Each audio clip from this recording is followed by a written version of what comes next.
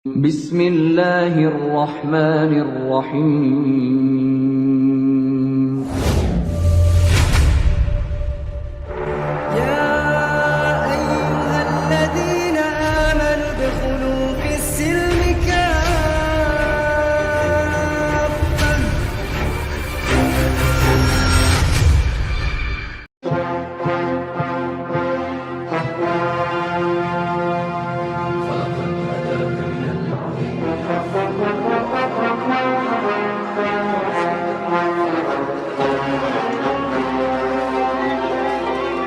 Ketika di Islam ternyata Nabi Adam itu diberikan ilmu oleh Allah Subhanahu wa taala, sehingga apa? Ilmu Nabi Adam diwariskan kepada anak keturunan turun-menurun. Jadi di Islam itu konsepnya Nabi Adam alaihissalam mewarisi ilmu. Kalau di kawan-kawan Kristen mohon maaf, tapi malah mewarisi dosa. Inilah yang tidak sinkron. Oke, lanjut. Iya. Dan kita mewarisi harta dari orang tua kita. Silakan Ropan sedikit ini ya. Silakan Ropan. Tapi dari penjelasan Uni tadi bisa disimpulkan bahwa Adam di Al-Quran beda sama Adam di Alkitab. Karena tadi Uni tunggu. Karena tadi Uni sampaikan Adam di Al-Quran dia bertobat. Sementara di Alkitab dia tidak bertobat. Jadi memang udah beda. Jadi Di dalam Bible kalian bukan cuma Adam. Daud itu mencuri istri orang. Abraham poligami punya gundik. Enggak, maksud saya bukan cuma Adam yang beda. Saya harus diluruskan juga. Ibrahim punya gundik menikah. Enggak, maksudnya gini loh. Ya kan harus jujur gitu loh. Bukan cuma Adam. Noah ketika dia mabok minum anggur, kemudian kemaluannya kelihatan, anaknya ngelihat, anaknya yang dikutuk. Yakub punya istri 4. Salomo istrinya 1000, menyembah kepada dewa Kanaan. Beda memang. Nabi-nabi di dalam Islam itu 12. Oh iya. Kenapa memang? Enggak, saya cuma mengkonfirmasi itu aja. Kenapa? Emang dosa gitu kalau punya istri lebih dari 1 gitu, dosa emangnya? Ya tergantung siapa yang melihatnya. Kalau saya sih dosa. Enggak, makanya saya bilang kalau menurut kamu dosa, maka nabi-nabi di dalam kitab kamu itu sangat keji. Pertama, Abraham itu poligami. Itu dosa dia, harusnya dia mati tuh. Karena dia tidak, ketika dia mati dia belum menerima kuasa Yesus. Maksudnya dia belum kenalan dengan Yesus. Nah, jadi kalau menurut kalian poligami adalah dosa, setiap nabi yang poligami, Yakub yang punya istri 4 itu berdosa, itu semua masuk neraka. Makanya saya kasihan gitu loh. Tuhan tahu nggak sih ketika Abraham itu poligami? Nggak, gini loh, kita kan jujur-jujuran di sini. Kemana-mana dulu. Saya loh, kan kamu bilang konsekuensi logis loh, ketika ketika poligami itu berdosa, maka semua yang poligami di kitab kamu tuh harus berdosa loh. Abraham itu berdosa, Yakub itu berdosa, Daud itu berdosa, kan gitu. Maksud saya, minum teh dulu. Bismillahirrahmanirrahim. Maksud saya di awalnya tadi udah memang beda. Jadi ngapain kita ngapain tadi Uni membilangkan Tuhan menyesal, kok menyesal? Ya karena Adam itu tidak bertobat, sementara di Al-Quran kan bertobat, ya kan? Iya, makanya Tuhan kita, Bang, kan nanya, Uni kan nanya, saya kan nggak maksa Anda harus sama dengan saya. Gini. Kita sepakat untuk berbeda. Ya, sedikit aja nih. Saya ini sebagai penutup juga ya. Saya melihat Uni Riva ini, saya sebenarnya menarik melihat Uni Riva ini karena dia kepengen ya mengetahui isi Alkitab itu. Sayangnya, ada sayangnya nih Uni. Sayangnya pemahaman dia mengambil ayat-ayat yang menurut dia ini gak bagus gitu. Itu aja yang disampaikan. Loh, kok saya dibilang gak bagus? Saya ini kan hanya menanyakan doang. Kalau ada ayat bagus nggak saya tanya. Jadi Anda percaya bahwa ayat itu nggak bagus berarti? Gara-gara Mimi Peri, Dedemit dibully. Enggak, yang perlu diperbincangkan. Gini, intinya gini. Nggak, berarti Anda mengakui bahwa ayat itu tidak bagus sebenarnya. Berarti nalar jalan nalar Anda betul. Menurut saya ayat itu tidak bagus, makanya saya pertanyakan. Sepakat saya dengan Anda. Rossi kalau udah jatuh nggak semangat nonton TV gitu. Maksud saya di situ ayat-ayat. Uni pernah nggak menyampaikan ayat-ayat bahwa Tuhan itu Esa dalam Alkitab? Tuhan Allah itu pernah, sering saya bilang. Sering saya bilang. Ustadz Ali sama Cebi sok-sok kompak, giliran open cam barengan, giliran tutup barengan, sok kompak. Iya, saya pernah mengatakan bahwa sering malahan. Jadi setelah saya lihat ya Uniriva ini Loh, kok membahas kalau pribadi saya? Jangan membahas pribadi saya dong. Ini room ini kan ini room kan sebagai diskusi. Bang, kasih Janganlah waktu untuk yang mau begitu. diskusi aja bang, jangan ke Yang pribadi diskusi ya. aja lah. Jangan Iya, jangan ini kan kau. sebagai penutup saya bilang. Saya Enggak, kan oh udah ya naik closing statement jauh ya tadi, ya. bro. Enggak apa-apa, enggak apa-apa, enggak apa-apa. Enggak apa-apa. Dia closing statement. Ini kan yang baru-baru, yang baru naik. Ya, ya. Saya Bismillah. cuma kasih statement ini karena dulu Paulus pun ya mengejar-ngejar orang yang mengikut Kristus gitu ya kan. Tapi akhirnya dia menjadi orang yang setia kepada Tuhan ya. Mudah-mudahan Betul, Uniriva membatalkan mendapat hukum Taurat dia kemudian, Bang. tidak ada membatalkan. Ada Efesus pasal 2:15, Abang baca dulu. Pengertian Uniriva yang salah. Ya Allah, ya Allah, ya Allah, ya Allah. Dia Udah. emang kalian pakai hukum Taurat sekarang? Sampai ke sana. Kalau sampai ke sana bisa nanti di room berikutnya bisa kita bahas ini kan. Nah, tunggu. Emang Statement kalian mata terakhir ganti saya. mata, gigi ganti gigi sekarang? Kenapa? Emang kamu masih mata ganti mata, gigi ganti gigi, masih nggak makan babi kamu? Masih kurban Ini hewan? panjang itu penjelasannya Uni karena Uni juga dikasih tahu ngeyel kan jadi Saya itu susah nggak ngeyel, sebenarnya. saya hanya bertanya balik. Kalau ngeyel itu saya nggak terima jawaban. Saya dari Ya, tadi nggak terima terima jawaban dari kamu. tadi, dari Bahkan tadi. saya ikuti Nggak loh kata terima. kalian. Loh, Dari saya tadi kan nggak terima. ikuti. Bukan, buktinya kita tadi revisi kan kata menyesal dengan kata sedih kan? Anda revisikan kata menyesal dengan menjadi kata sedih. Saya ikuti itu. Maka saya tanya balik, loh kok Tuhan sedih? Bukankah dia tahu kalau manusia ini akan berbuat salah kan gitu? Efesus pasal 2:15. Iya. Sepertinya Saya udah kamu jelaskan tidak sama tahu di teman-teman ayat semua. ini. Tapi apa yang Uni bisa dapat dari penjelasan kami semua tadi? Tentang Membuktikan bahwasanya saya bersyukur sekali ada berteman dengan kalian. Itu saja sih pembuktiannya. enggak Gila. dari arti Dari menyesal yang itu kita apa yang Uni tangkap dari sana? Banyak yang saya dapat pembelajarannya saudaraku. Oke lah semoga Tuhan lah. Nih ya, nih, sebab dengan matinya Yesus sebagai manusia ia telah membatalkan hukum Torah. Tuh. Batal hukum Torah, say. Uni paham artinya apa? Coba lah, saya kan bukan nggak punya Roh Kudus, Iya, saya mah, sampai- saya kan nggak sampaikan ngerti. dulu Kalau saya lah, ngerti pasti baru- saya baru- jadi Kristen. Nggak boleh orang Islam nggak boleh Pengertian ini menjelaskan apa? iman. Tidak boleh orang Islam menjelaskan agama Kristen, itu namanya melanggar kode etik dalam dunia persilatan. Nggak boleh. Jadi kenapa tadi Uni menyimpulkan menyesal itu? Saya tidak membacakan bukan menyimpulkan nih. Sebab dengan matinya Iya, Yesus kok sebagai Allah- manusia kok Allah ia telah menyesal, membatalkan hukum Torah.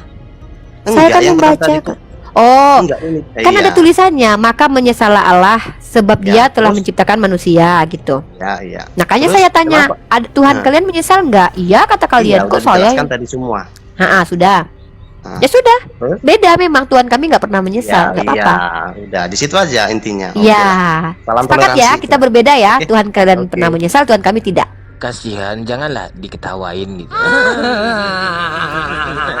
Iya, kita Terima jalankan kasih. sama-sama. Kita jalankan agama kita masing-masing, saling menghormati ya. Saya suka dengan teman-teman yang jujur seperti ini. Terima kasih Bang Ropan. Semoga Bang Salam Ropan menjadi dari Kristen Bang. yang taat. Iya.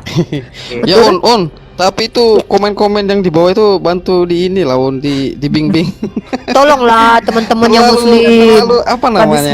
Ekstrim Kita kan toleransi. teman-teman muslim. Tolonglah Ya, sayang-sayang. Tuhan itu pun nggak suka. Iya. Nggak suka Baik, bahwasanya saya akan kita- menghimbau ya, Anak-anak yang wahai seperti saudara-saudaraku, saudara-saudaraku. Jeriko mana? Jeriko kenapa nggak naik? Cep, tolong kabari si Jeriko dulu. Kenapa dia nggak naik? Oke. Buat saudara-saudara muslim dan muslimah yang saya cintai karena Allah, Ya. jadilah rahmatan lil alamin. Bisa jadi dengan Benar. akhlak teman-teman dengan typing itu membuat Hmm. menarik orang bahwasanya Benar. ternyata Islam betul-betul rahmatan lil indah. alamin. Bahwasanya Maka- Islam itu indah dari sini bisa kita lihat. Iya. Itu kan Ketika on. Jadi iya, Nah, boleh betul. satir ya, satir boleh satir boleh, tapi satir itu ya Oke, cukup sorry. satir ya. Bukan satir, On. Bukan- Itu memang fakta. Iya. Oke, Siap. oke. Terima kasih saudara-saudaraku yang muslim ya, semuanya telah luar biasa. Mari kita sama-sama menjadi rahmatan lil alamin, menyambung tongkat estafet ajaran baginda Rasulullah dengan membuktikan bahwa Islam itu betul-betul ajaran yang rahmatan lil alamin, sehingga kita bisa menjadi rahmat untuk sekalian alam, termasuk kepada saudara-saudara kita yang berbeda keyakinan.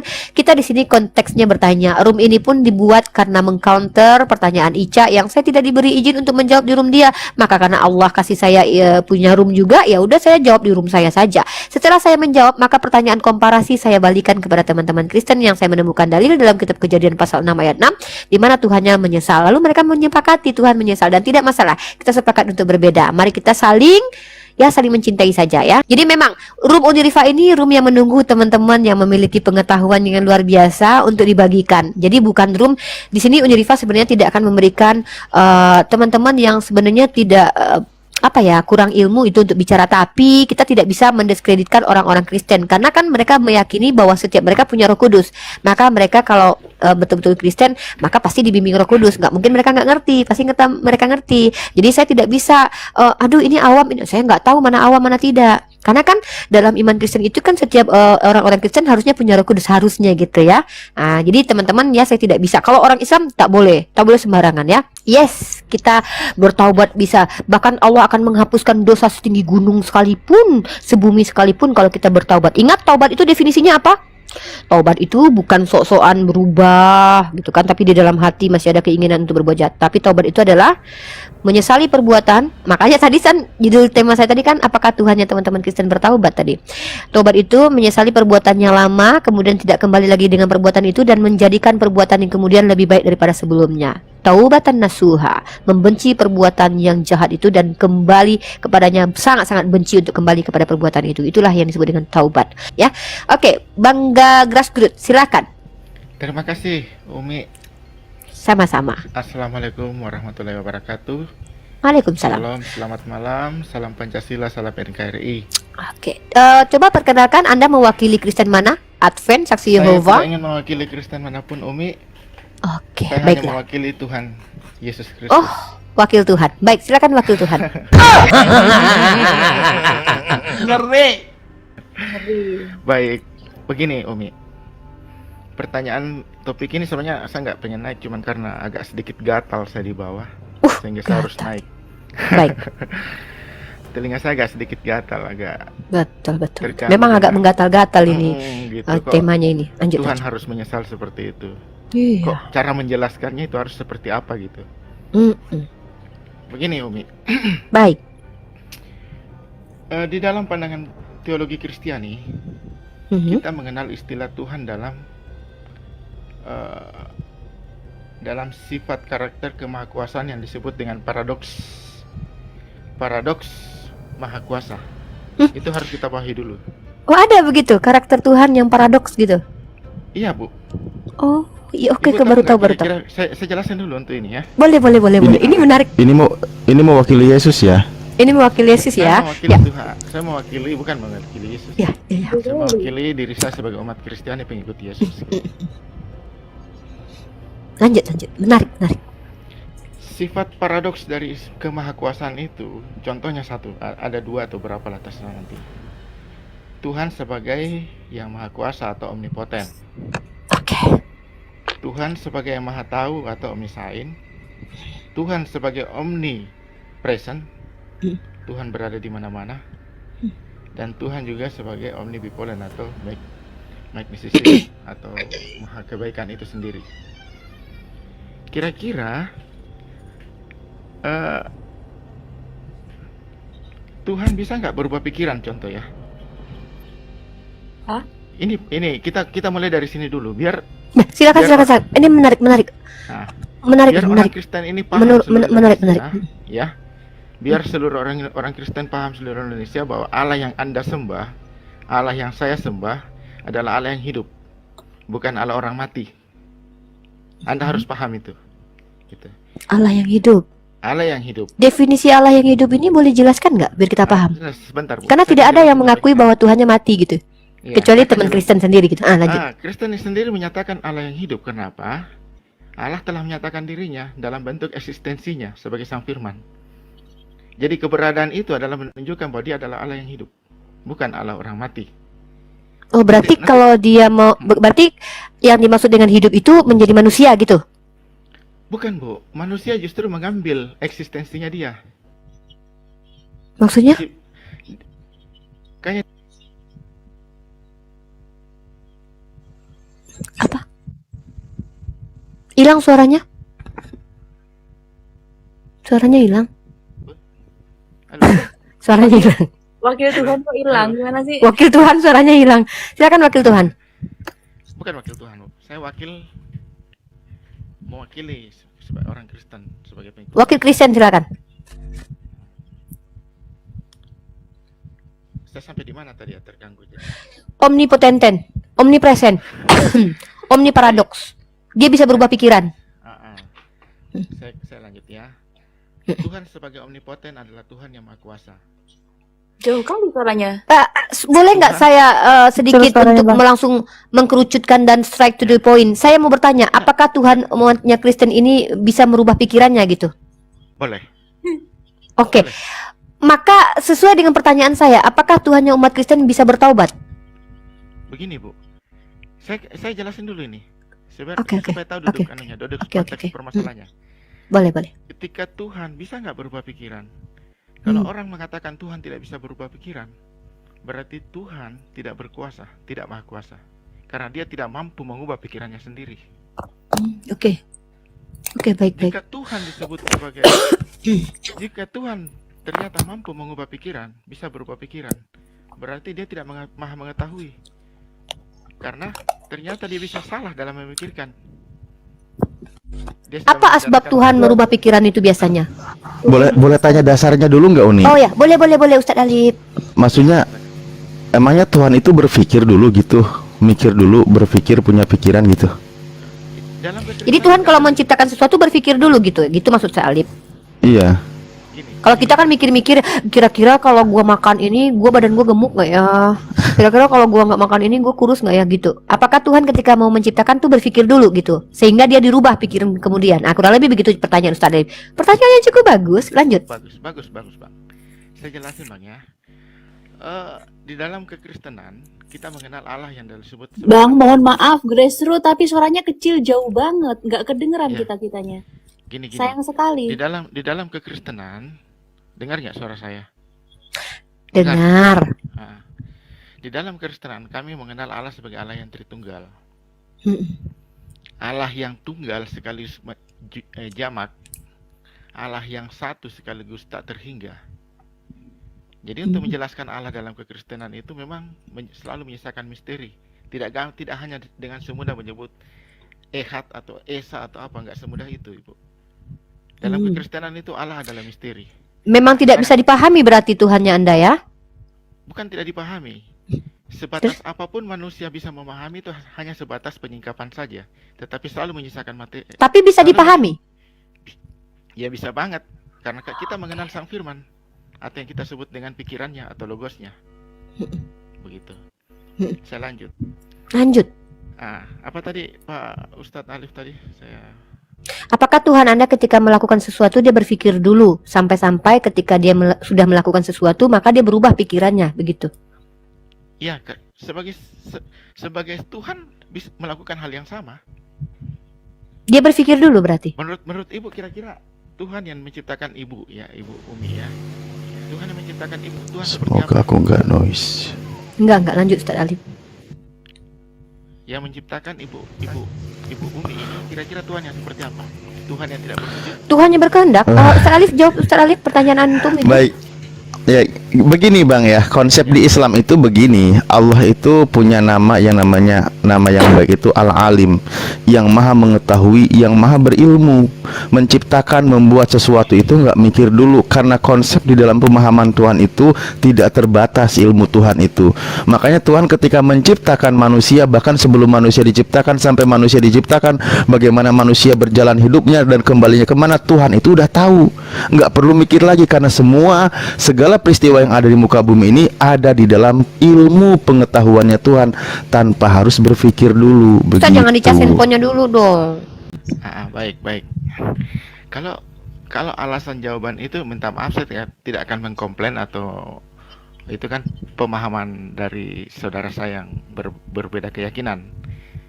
Cuman kalau tolong perbaiki dulu dong, voice-nya kecil banget. Cuman kalau saya harus melihat dari perspektif iman saya, maka saya katakan, apakah Tuhan adil? Apabila pada akhirnya dia sudah mengetahui bahwa pada akhirnya manusia yang diciptakannya akan menghuni neraka? Adil dong, karena kan dia sudah berikan hukum-hukum, kemudian kalau kalian ikuti nabi ini, kalian tidak akan masuk surga, tidak masuk neraka. Kalau kalian melanggar, ya udah, karena mereka memilih untuk tidak ikuti, ya masuk neraka lah. Siapa suruh ingkar? Makanya ikuti sajalah nabi. Adil lah. Adil itu adalah menempatkan segala sesuatu pada tempatnya. Kalau dia ingkar karena pilihan dia, kenapa Tuhan yang harus bersalah? Kenapa Tuhan yang harus ini? Ya udah, Baik. dosa aja lu. Tangkap.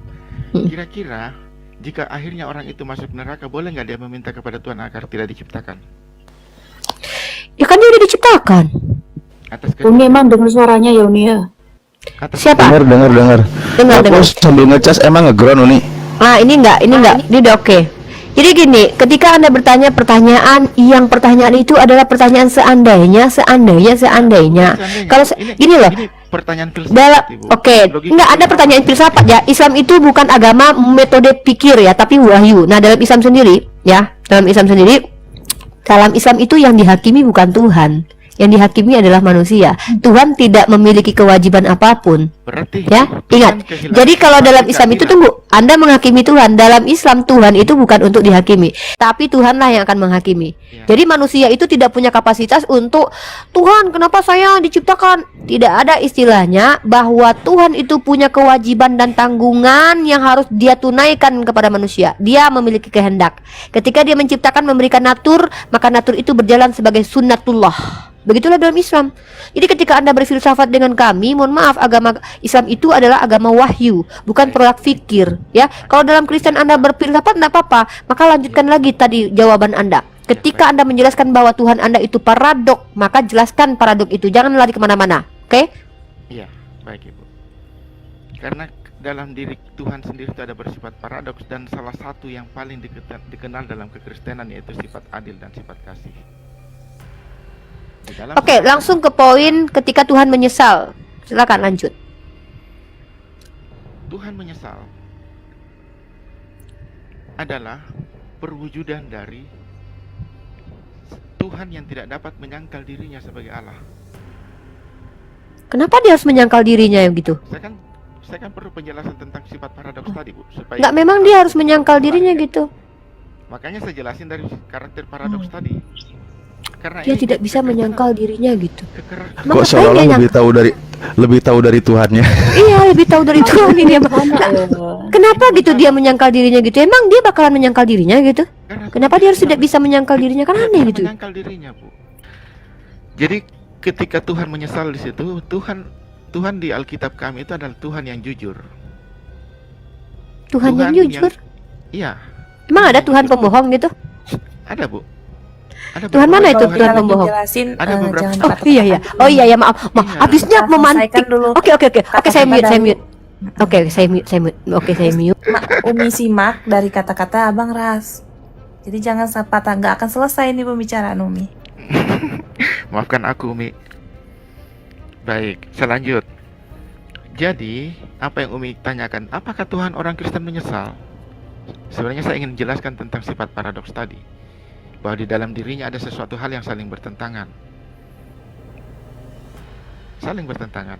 Bagaimana mungkin sifat adil harus berpadu dengan sifat kasih? Kasih mengizinkan setiap orang tidak masuk neraka atau dihukum. Tetapi sifat keadilan mengharuskan setiap orang yang melakukan kesalahan untuk dihukum. Sampai di sini paham?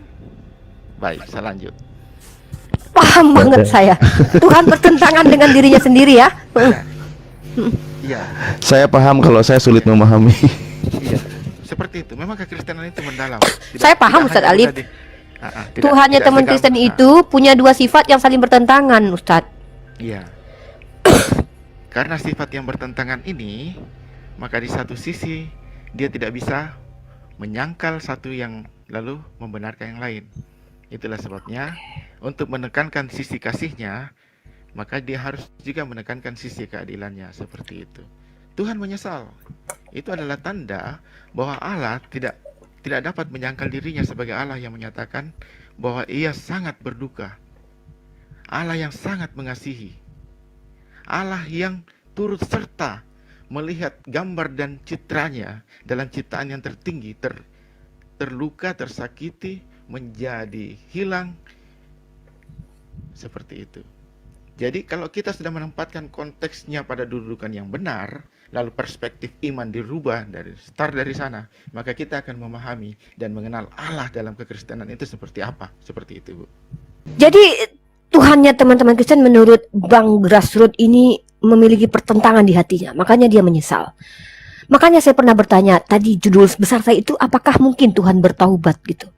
Di awal dia adalah Tuhan yang membunuh Nuh, suku Gomora, Sodom, membunuh Onan yang tidak mau menghamili kakaknya, membunuh anak kecil 30-an lebih orang yang meneriaki Elia, botak, naiklah botak, membunuh suku Amalek. Dia penuh amarah, murka, hajar, hantam. Ternyata itu bertentangan dengan sifatnya yang lain. Makanya ketika dia bereinkarnasi menjadi manusia, dia tidak pernah membunuh lagi. Dia mengajarkan tampar pipi kiri kasih kanan. Makanya pertanyaan saya, apakah Tuhannya teman-teman Kristen itu pernah bertaubat? Baik. Karena ada pertentangan di hatinya. Ketika saya dilema dengan hati saya bingung dengan diri saya sendiri, ada dilema, ada sifat saya yang saling bertentangan. Di satu sisi saya mengasihi, tapi saya harus adil, dan saya bingung akan hal ini, timbullah penyesalan di hati saya. Maka akhirnya saya apa? Saya kemudian menjadi manusia, bereinkarnasi menjadi manusia, lalu menjadi jauh lebih baik ketimbang yang belum menjadi manusia. Maka itu yang saya tanyakan, bisakah itu disebut sebagai Tuhan bertaubat? Sepertinya itu pendapat overlapping sih, Bu. Overlapping atau overslapping? Overlapping, artinya Ibu melampaui dari apa yang batasan-batasan yang seharusnya. Iya, Karena Tuhan tidak mungkin bertobat seperti tidak mungkin. Tapi Yesus dibaptis pernah ya? Tuhan tidak mungkin bertobat karena Iya, tapi Yesus pernah dibaptis kan? Tuhan Yesus dibaptis itu untuk mewujudkan dalam artian pemenuhan dari hukum Taurat itu sendiri. Iya, dan dia dinubuatkan akan dibaptis. Karena itu kan bagian dari pemenuhan hukum Taurat, Bu. Iya, manfaatnya apa? Manfaat begini, Bu. Jadi proses pembaptisan dimulai ketika zaman Yohanes Pembaptis tampil di padang gurun. Karena itu adalah proses. Boleh dijelaskan Anda paham arti baptis? Coba KBBI saja enggak apa-apa. Atau mungkin bahasa Alkitab Anda enggak apa-apa. Saya nggak perlu membuka KBBI karena. Oke. Jelaskan dulu kepada umat-umat yang menonton 3 juta miliar ini tentang baptis dalam perspektif Kristen, apa maknanya, baru kita jelaskan nanti. Silakan. Jadi pembaptisan yang dilakukan oleh Yohanes Pembaptis pada awal-awal masa mengawali karya penyambutan Sang Mesias itu berbeda dengan pembaptisan yang dilakukan, yang diperintahkan oleh Tuhan Yesus. Oh, beda. Beda, Ibu. Boleh tahu data mana yang digunakan bahwa Jadi baptisnya pembaptisan itu Yohanes berbeda? Pembaptis itu adalah pembaptisan untuk menyambut Sang Mesias. Jadi itu adalah pembaptisan pertobatan. Boleh dijelaskan makna baptis dulu? Bahwa makna baptis untuk Yesus adalah ini, kalau untuk yang lain adalah ini gitu. Biar kita dapat ilmu, kita kan butuh ilmu, kita mengedukasi publik di sini. Baik. Umat Islam ini banyak yang nggak tahu nih. Teman-teman kan nggak tahu arti baptis kan? Yang ditanyakan adalah Definisi baptis secara umum dan definisi baptis untuk Yesus. Bahwa itu maknanya berbeda dengan baptis secara umum. Iya. Coba dijelaskan dulu baptis secara umum. Pada prinsipnya pembaptisan itu adalah pencelupan dalam air. Itu Gunanya? bentuk substansinya. Tapi untuk esensi di situ adalah proses apa yang disebut dengan purifikasi. Apa itu purifikasi? Bahasa Anda purifikasi. Oh, pemurnian. Berarti sebelumnya tidak murni ya, baru dimurnikan gitu. Kalau Ibu menggunakan wudhu itu untuk apa, Bu? Ketika Ibu mensucikan. Sebelumnya tidak suci, lalu mensucikan. Oke. Maka yang tidak murni dimurnikan dengan baptis. Dan penggunaannya air itu purifikasi. Oke. Itu. Cuman air dalam pandangan kita nggak sekedar hanya untuk membersihkan seperti itu. Ada makna-makna karena air adalah sumber kehidupan itu sendiri. Seperti itu. Baik. Betul. Jadi karena sumber air sudah dekat ya. Dan itu adalah air hidup dari Tuhan Yesus Kristus itu sendiri sebagai sumber air hidup. Baik. Kalau yang pakai api gimana? Sudah mulai bagong? Enggak, kalau air sumber kehidupan, kalau api apa jadinya? Sumber terbakarnya asmara. Kan ada baptis api juga. Api itu adalah simbol Tapi kehidupan. Anda ini asisten dosen katanya ya? Bukan, Bu. Asisten pendeta. Bukan. Dosen Saya debat. saya seorang ini, Bu, seorang petani di ya saya tidak sebutkan. Anda tempat. pernah sekolah geologi gitu? Mungkin ini waktunya dibatasi biar ke saudara yang lain juga Dibatasi ya, ikut. soalnya ada asisten dosen, kita mau dapat yang agak-agak gimana gitu ya. Terima kasih tapi jawabannya luar biasa. Terima kasih saudaraku, kita berbeda, kita sepakat untuk berbeda, kita saling menghormati. Kita sapa Bang Adrianus Hia dulu. Bang Adrianus, ada yang mau disampaikan, mungkin meluruskan atau sepakat dengan saudara-saudara kita yang ada di sini? Pertanyaannya secara simpel, apakah betul Tuhannya Bang Adrianus pernah menyesal? Silakan Bang Adrianus, waktu dan tempat 3 menit maksimal. Silakan dimulai dari sekarang. Nah, saya bacakan ya 1 Samuel 15 ayat 29. Ya, Tuhan Allah Israel yang maha mulia tidak berbohong, tidak mengubah keputusannya, karena dia bukan seperti manusia yang selalu mengubah pendapat mereka. Itu adalah versi dari TSI.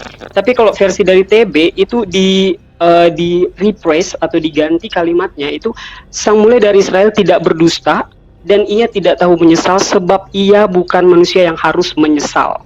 Gitu. Jadi kalau tadi pertanyaan Umi di awal kejadian itu, apakah Allah itu menyesal? Jawabannya tidak menyesal. Kenapa? Karena itu sudah ditegaskan di ayat yang lain sama di Perjanjian Lama. Jadi dalam satu periode yang sama, yaitu bahwa Tuhan itu tidak menyesal. Lalu kenapa di kejadian itu menggunakan kata menyesal? Itu adalah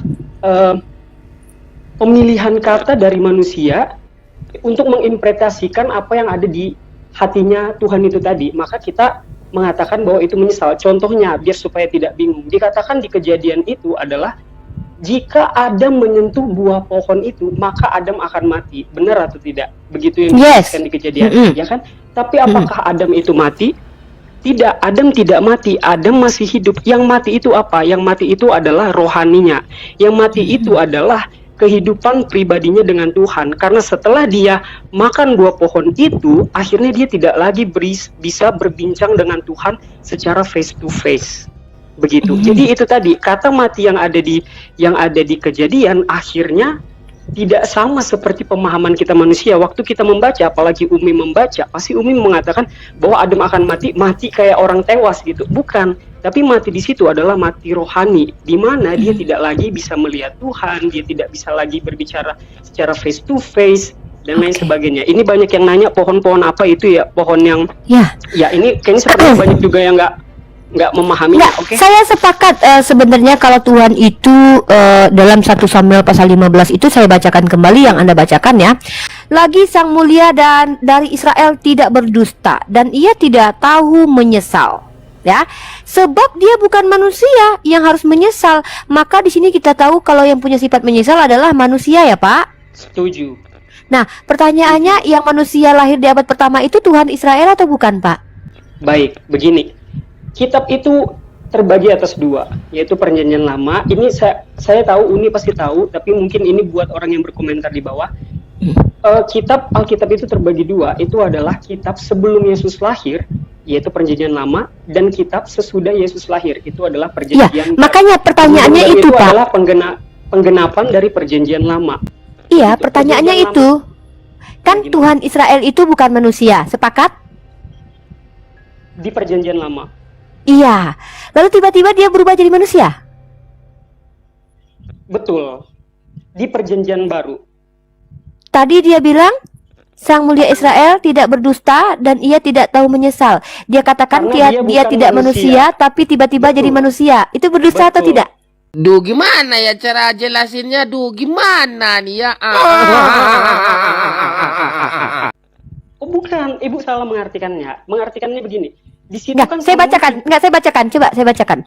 Oke, silakan. Lagi Sang Mulia dari Israel tidak berdusta. Berdusta itu mengatakan sesuatu, saya akan makan, tapi tiba-tiba nggak makan. Itu dusta. Bukan salah. Gimana Pak, kalau dusta itu gimana? Berdusta itu berbohong. Nah, berbohong. Contohnya iya, saya berbohong ya. Saya minum kopi, saya bohong, padahal saya minum teh. Bohong. Betul. Nah, di sini kata Tuhan Israel bilang begini. Lagi Sang Mulia dari Israel tidak berdusta dan ia tidak tahu menyesal sebab ia bukan manusia Dia bilang dia Betul. bukan manusia. Lalu Betul. tiba-tiba di abad pertama ada Tuhan yang manusia. Itu Tuhan Israel atau bukan, Pak? Oh, Ibu konteksnya salah. Kita jangan masuk ke perjanjian. Dengar dulu sebentar. Iya, Masuk kalau ke dia perjanjian. bilang dia Ya, bukan sebentar, manusia, sebentar, harusnya dia kan sebentar. bukan manusia. Makanya saya tanya, yang manusia di abad pertama itu Tuhan Israel atau tidak gitu loh. Bukan, sebentar, Itu sebentar. itu nyambungnya ke Sebentar. bilangan 23 ini kalau bahas Bukan, ini. Nah, ini bukan, menarik. sebentar. Dengar dulu. Boleh Ustadz Ali nanti masuk. Itu yang mengatakannya adalah Samuel. Itu yang mengatakannya adalah Samuel. Samuel ini Samuel. hidup di perjanjian lama. Jadi yang dia sampaikan benar. Bagi sang mulia Israel, dia tidak berdosa karena memang Allah saat itu memang dia tidak mengatakan hal dusta. Benar kan? Karena Kemudian kalau dia tidak berdusta tahu itu menyesal. sifat manusia. Saya bohong.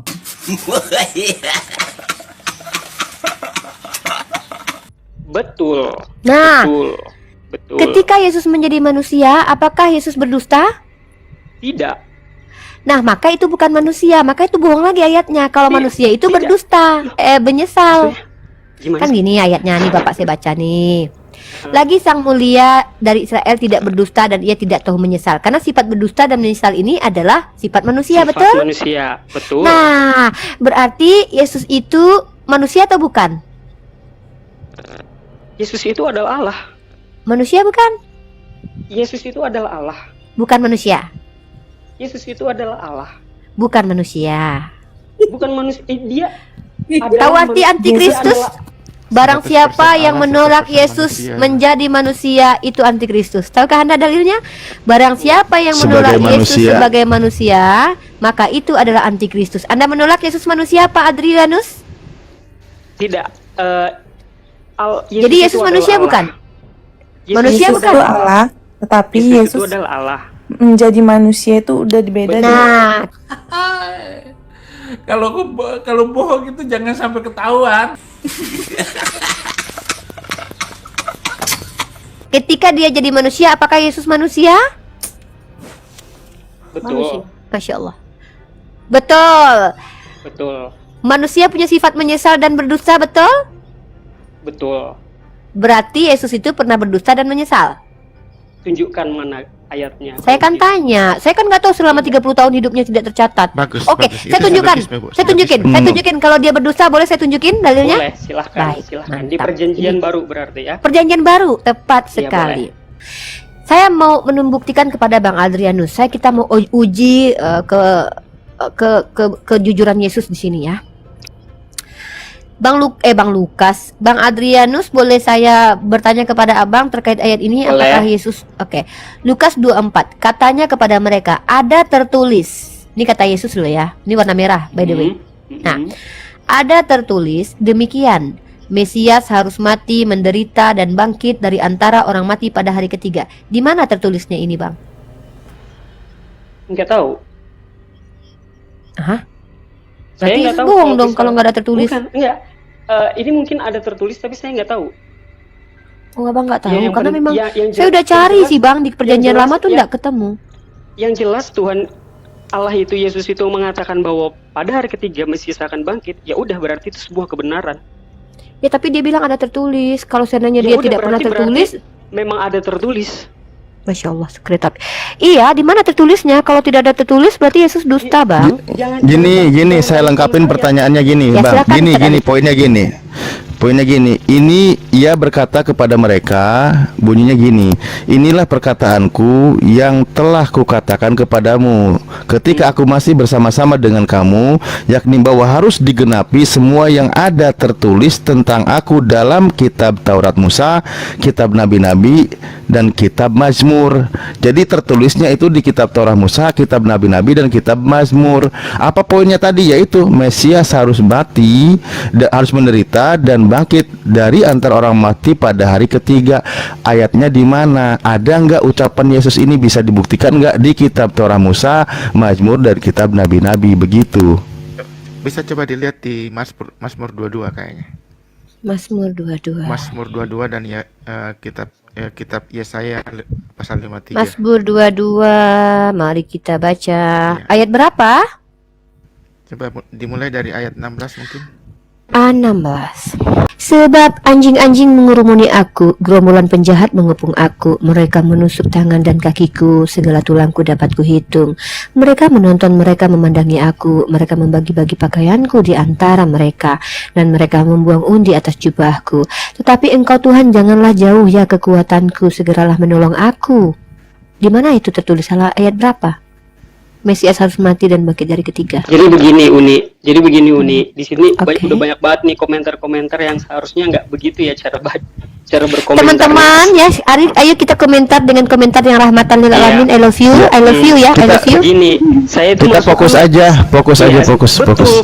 Kan tadi saya ingin menjelaskan kenapa tadi dikatakan Allah itu menyesal, kan begitu ya Umi ya. Tadi pertanyaannya begitu. Iya. Apakah Tuhan itu menyesal? Kalau ditanya sampai ke bagian-bagian, Enggak, saya menanggapi jawaban Abang. Cara Abang. menjawabnya kan, makanya tadi saya menjawab sama Umi tentang apakah Allah itu menyesal. Iya, enggak, tapi saya menanggapi Abang. Kan gini kan bilang, kalau seandainya di dalam 1 Samuel itu dikatakan yang memiliki sifat menyesal dan berbohong itu adalah manusia. Lalu kan saya bilang, Yesus kan manusia. Betul. Nah, dia Allah. Dia manusia Allah atau manusia yang dialahkan atau manusia Allah? Oke, dia Allah. Yang menjadi baik saya. Oh, yang menjadi manusia. Kenapa begitu? Dia Allah yang turun ke dunia ini supaya kita itu bisa langsung belajar dari Allah itu sendiri. Allah Bapa ya? Allah aja, nggak usah kemana-kemanain. Dia itu adalah Allah, dia itu adalah Tuhan yang turun ke dunia dalam bentuk manusia supaya kita manusia itu tahu kita harus berbuat apa dalam hal contohnya dalam hal berdoa. Dalam hal berdoa. Iya, enggak kita di 1 Samuel tadi, Bang. Jangan dipotong dulu.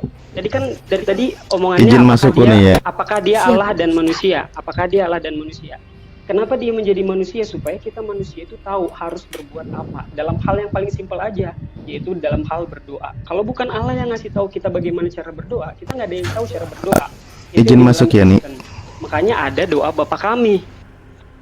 Silakan. Oke, tapi gini Bang, sebelumnya, bukankah nabi-nabi sebelum Yesus turun pun sudah ada nabi-nabi yang mengajarkan cara berdoa, cara beribadah, bahkan dia itu juga menerima firman Tuhan. Tapi saya ingin ini di-skip dulu ya. Skip dulu karena itu sudah cukup sebenarnya dipertanyakan begini. Ketika tadi barusan Abang membahas 1 Samuel 15, saya teringat kitab Anda di Bilangan 23 nomor 19. Itu sangat lebih jelas ayat kaitannya sebenarnya. Karena bunyi ayatnya begini, Bang, ya, bunyi ayatnya begini. Allah bukanlah manusia sehingga ia berdusta, bukan anak manusia sehingga ia menyesal. Masakan ia berfirman dan tidak melakukannya, atau berbicara dan tidak menepatinya? Mari kita uji kalimat ini. Oke? Allah bukanlah manusia sehingga ia berdusta, bukan anak manusia sehingga ia menyesal. Masakan ia berfirman dan tidak melakukannya, atau berbicara dan tidak menepatinya? Ini firman Tuhan kan? Kalau ini firman Tuhan, tidak mungkin Tuhan melanggar ucapannya sendiri, melanggar firmannya sendiri seperti yang diucapkan ini. Apa bunyinya? Bahwa Allah bukan manusia dan bukan anak manusia. Ya, ketika ada manusia berarti bukan Allah, karena Allah tidak mungkin melanggar firman-Nya. Ya, silakan Abang baca lagi Bilangan 23 nomor 19. Jadi maksudnya Pak Ustadz apa? Loh, maksudnya masa nggak paham? Itu tanda on. Allah bukan manusia sehingga ia berdusta, dan bukan anak manusia sehingga ia menyesal. Ini poinnya. Ya, dengerin poinnya. Masa Abang nggak paham kalimat seperti ini? Poinnya adalah, masakan ia berfirman tidak melakukannya, atau berbicara tidak menepatinya? Ini firman Tuhan. Tuhan berfirman bahwa Tuhan Allah itu bukanlah manusia dan bukan anak manusia. Nah, masa ia berfirman tidak menepati ucapannya? Kalaulah demikian, ketika ada manusia, berarti manusia itu bukan Allah gitu. Karena Tuhan sendiri yang berkata, Tuhan tidak melanggar ucapannya, tidak melanggar firman-Nya. Nah, begini Pak Ustadz, makanya tadi saya mulai bilang kena. Pak Ustadz, mulai kena Pak Ustadz. Nah, ini makanya yang harus dipahami. Mulai kena paham maksudnya apa yang saya maksud. Karena di Alkitab itu ada perjanjian lama dan perjanjian baru. Yang Pak Ustadz baru sampaikan itu tadi, itu ada di perjanjian lama. Ya itu Lah, benar, iya. yang memang Oke. benar. Pada saat di zaman perjanjian lama, Tuhan itu tidak berbentuk manusia, dia tidak berupa manusia. Karena Tuhan itu menjadi manusia di perjanjian baru. Kenapa dia harus menjadi Loh, manusia? berarti Supaya dia melanggar mengajar- firman-Nya dong. Berarti dia melanggar firman-Nya. Halo Mi. Siapa ini? Melki? Oh, sebelum Sabar Melki, dulu ya. saya selesaikan dulu Ustadz Ali dengan Bang Adrianus. Saya kasih waktu ya, tidak terlalu lama karena saya ingin Pak Old Money untuk Oke, menjawab ini dari ada yang pihak kayak, Katolik ya. Oke, Bang Adrianus silakan menjawab sedikit lagi dengan Ustadz Alif. Ustadz Alif sampai di poin saja, tidak perlu maksudnya di closing, Betul, maksudnya betul. di poin yang mau diambil, lalu nanti kita Iya. serahkan ke Pak Baik, Old Money ya. ini Karena Pak poin Old Money ini juga ingin menjawab. ini poin pentingnya sedikit. Mungkin habis ini bisa dilanjutkan sama yang teman-teman yang di atas. Saya mau sampaikan bahwa Alkitab itu terdiri dari dua bagian penting yang tidak bisa dipisahkan, yaitu perjanjian lama saat Yesus belum lahir dan perjanjian baru saat Yesus sudah turun ke dunia ini. Yesus itu siapa? Yesus itu adalah Allah itu sendiri yang ada di perjanjian lama. Kenapa dia harus menjadi manusia? Dia untuk mendemonstrasikan bagaimana seharusnya cara berdoa yang ditunjukkan di Alkitab itu. Ada doa Bapa Kami, bagaimana cara kita bertobat, kenapa kita harus dibaptis, apa itu hukum Taurat dan lain sebagainya. Itu begitu. Oke, baik. Saya tanggapi sedikit ya, Bang. Sebenarnya Abang terlalu melebar ketika Abang berbicara bahwa Yesus itu adalah Allah itu sendiri. Ini makin banyak yang mesti ditanggapi jadinya. Tapi saya kembali ke poin ayat tadi, Bang, bahwa dikatakan, ingat loh, Bang, Allah itu bukan manusia dan bukan anak manusia. Di situ ayat terakhirnya apa? Tidak mungkin dia berfirman lalu dia melanggar firman-Nya. Kalau Tuhan sudah berkata Allah itu bukan manusia dan bukan anak manusia, dia tidak akan melanggar firman-Nya. Ketika ada manusia, sebentar. Ketika ada manusia, berarti bukan Allah, karena Allah sendiri sudah berkata tidak mungkin melanggar firman-Nya, gitu loh, Bang. Oke, Itu baik. poinnya loh. Begini aja, Pak. Coba cari di perjanjian baru yang mengatakan bahwa Allah itu seharusnya tidak manusia. Kalau itu ada, nah udah selesai. Makanya saya sampaikan, Bapak mengambil yang dari kitab perjanjian lama. Ada di perjanjian baru. Ada di perjanjian baru. Ada. 1 Korintus 8 nomor 6 itu Ya, ada. ada di perjanjian baru 1 Korintus pasal 8 ayat 6. Coba Anda baca dulu Bang Adrianus 1 Korintus pasal 8 ayat 6. Ada kok di perjanjian baru. 1 Timotius 6 nomor 16 juga ada. Silakan dibaca. 1 Korintus pasal 8 ayat 6. Oke, saya bacakan saja buat Bang, spesial malam ini buat Bang Adrianus. 1 Korintus saya bacakan ya. Oke, 1 Korintus pasal ke-8 butir ke-6. Ya. Nih saya bacakan, Bang Adrianus mohon disimak ya. Oke. Bagi kita hanya ada satu Allah saja, yaitu Bapa. Berarti hanya ada satu Allah menurut Paulus. Allah Bapa ini manusia bukan? Ya itu tadi yang saya sampaikan. Allah yang menjadi manusia, yaitu Allah Yesus. Berarti Bapa menjadi manusia. Di sini begini, Betul. Pak. Berarti Bapa manusia, baik. Nggak ada sejarah macam begitu.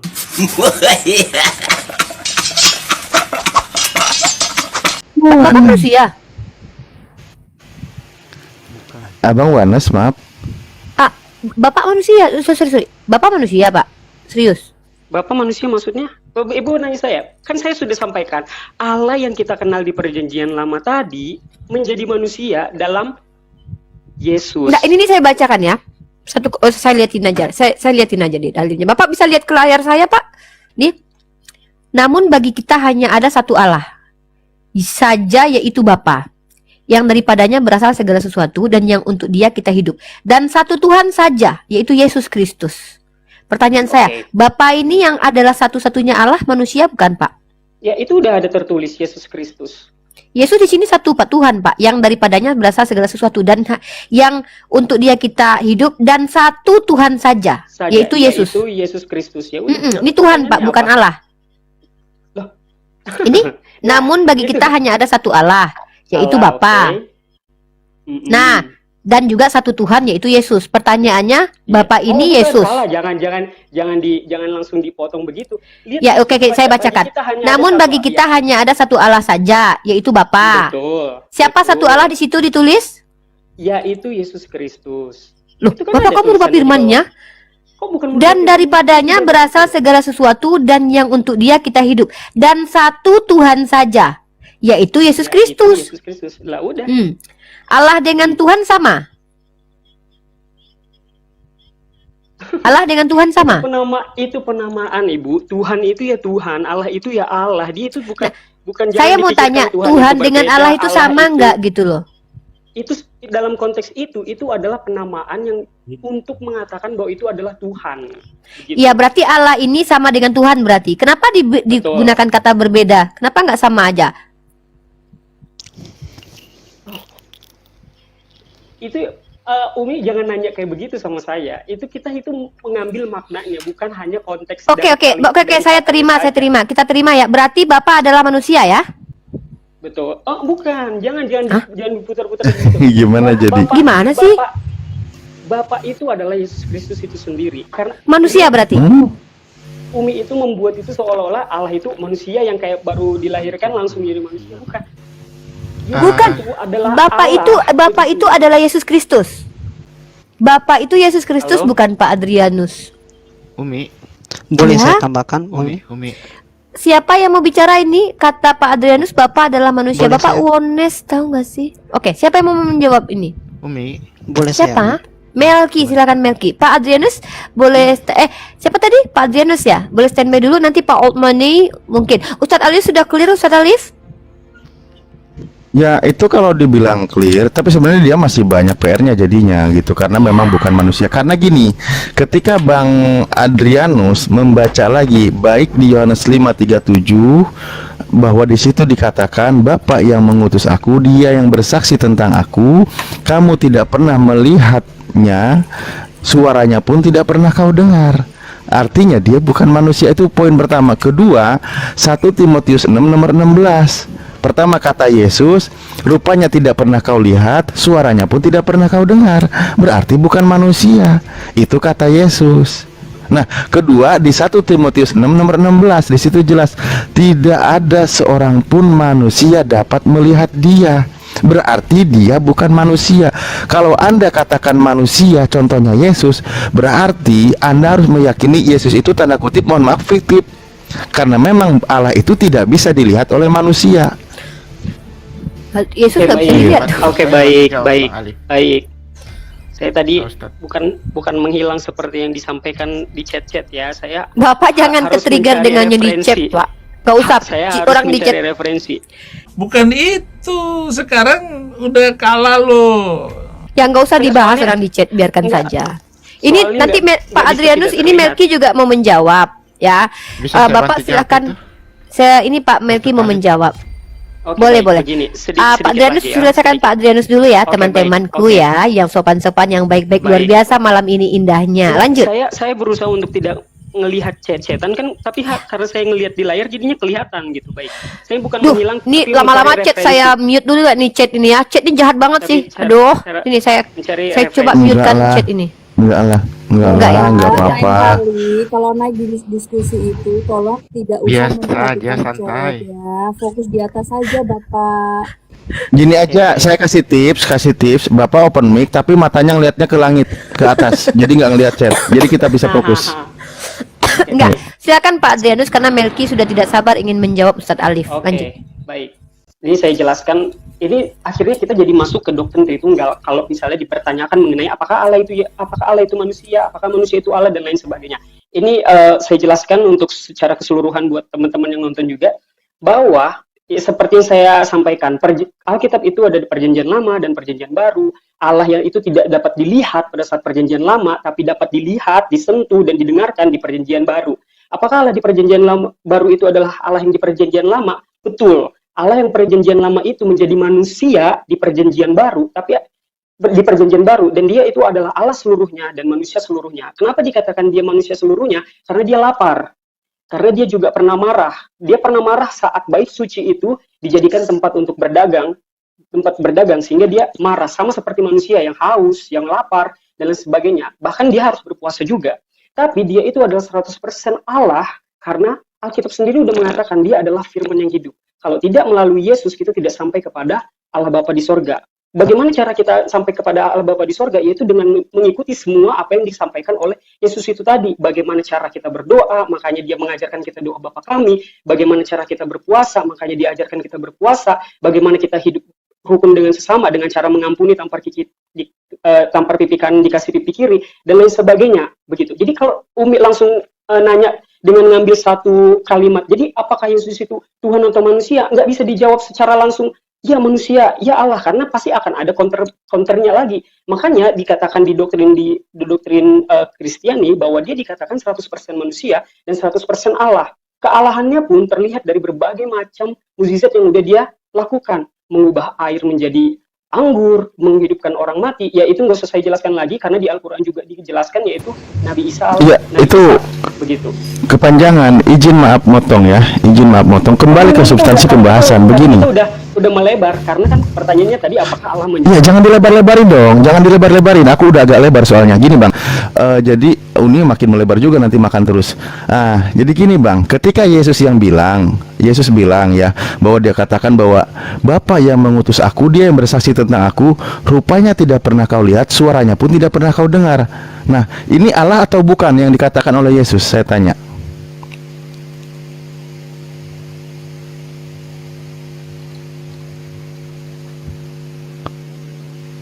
Bang Alif, boleh saya bantu jawab kah? Bilang dulu kalau dia memang nggak mau jawab, nanti bantu gitu. Jangan nanti malah benturan gitu, nggak enak. Aku sih nggak masalah. Ya, nggak apa-apa. Yang penting itu mas kawin.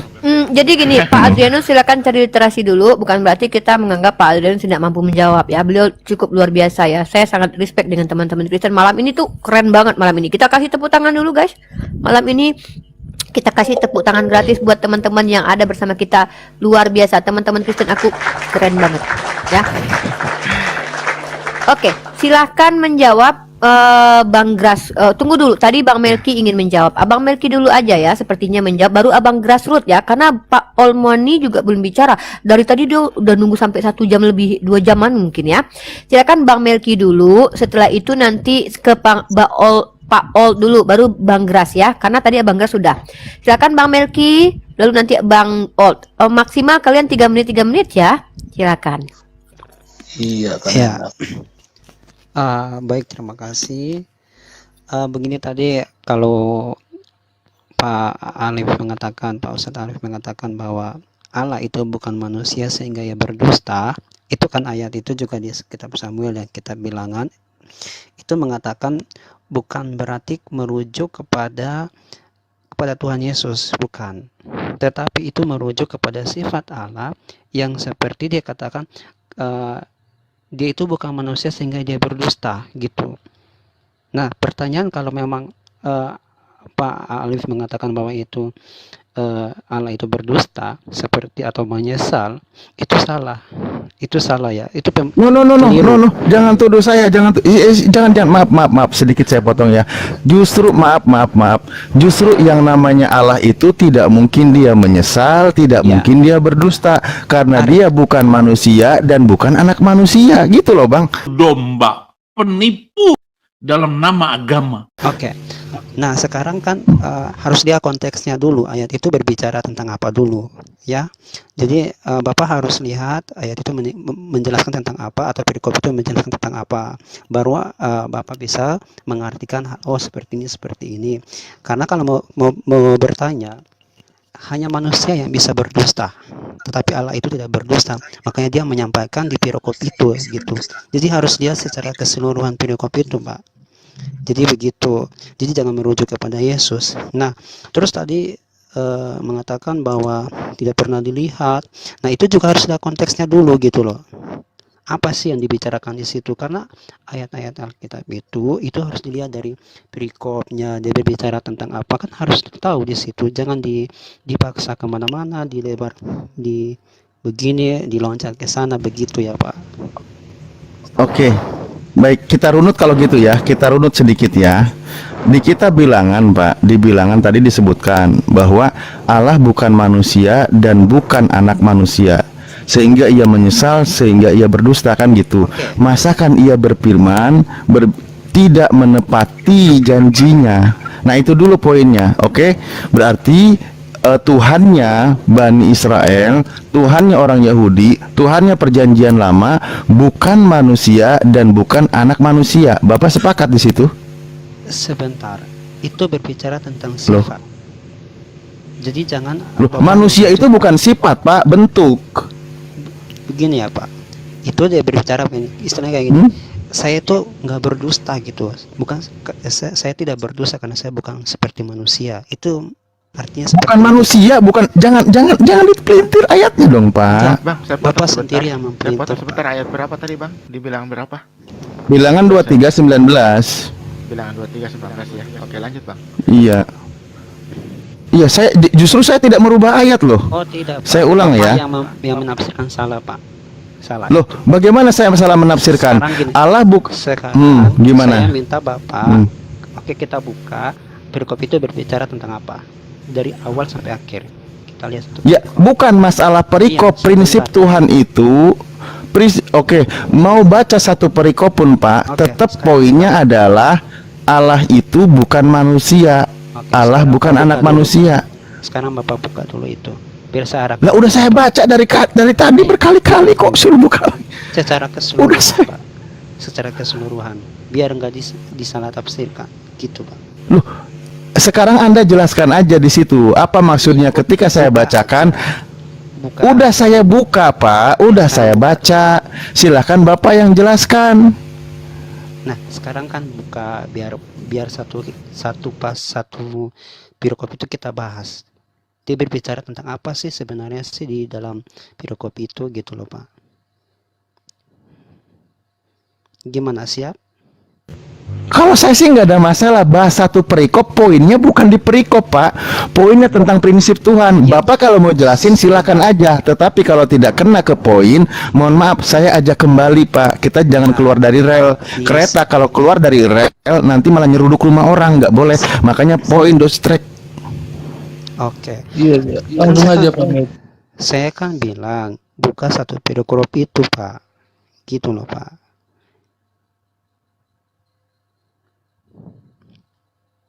Bapak ini kenapa sih malah ngajakin bahas satu perikop? Iya, biar nggak Bapak salah. yang jelasin, Bapak yang jelasin. Ya.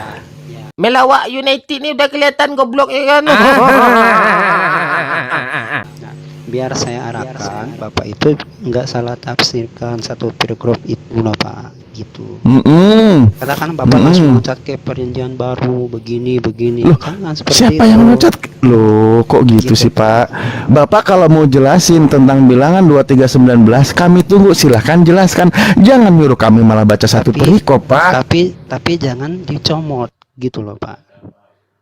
Nggak bisa Kan dicomot. bukan makanan Pak, kenapa malah main comot? Ini fokus ke ayat. Pak. Gitu. Di dalam satu perikop itu bukan cuma satu ayat saja Pak. Banyak gitu loh Pak. Aduh Bapak kalau mau jelasin aja, jangan nyuruh-nyuruh kami Pak, please. Buka aja dulu Pak, buka aja. Udah saya buka. Iya, buka aja satu perikop itu. Biar saya jelasin. Ya Bapak jelasin Pak.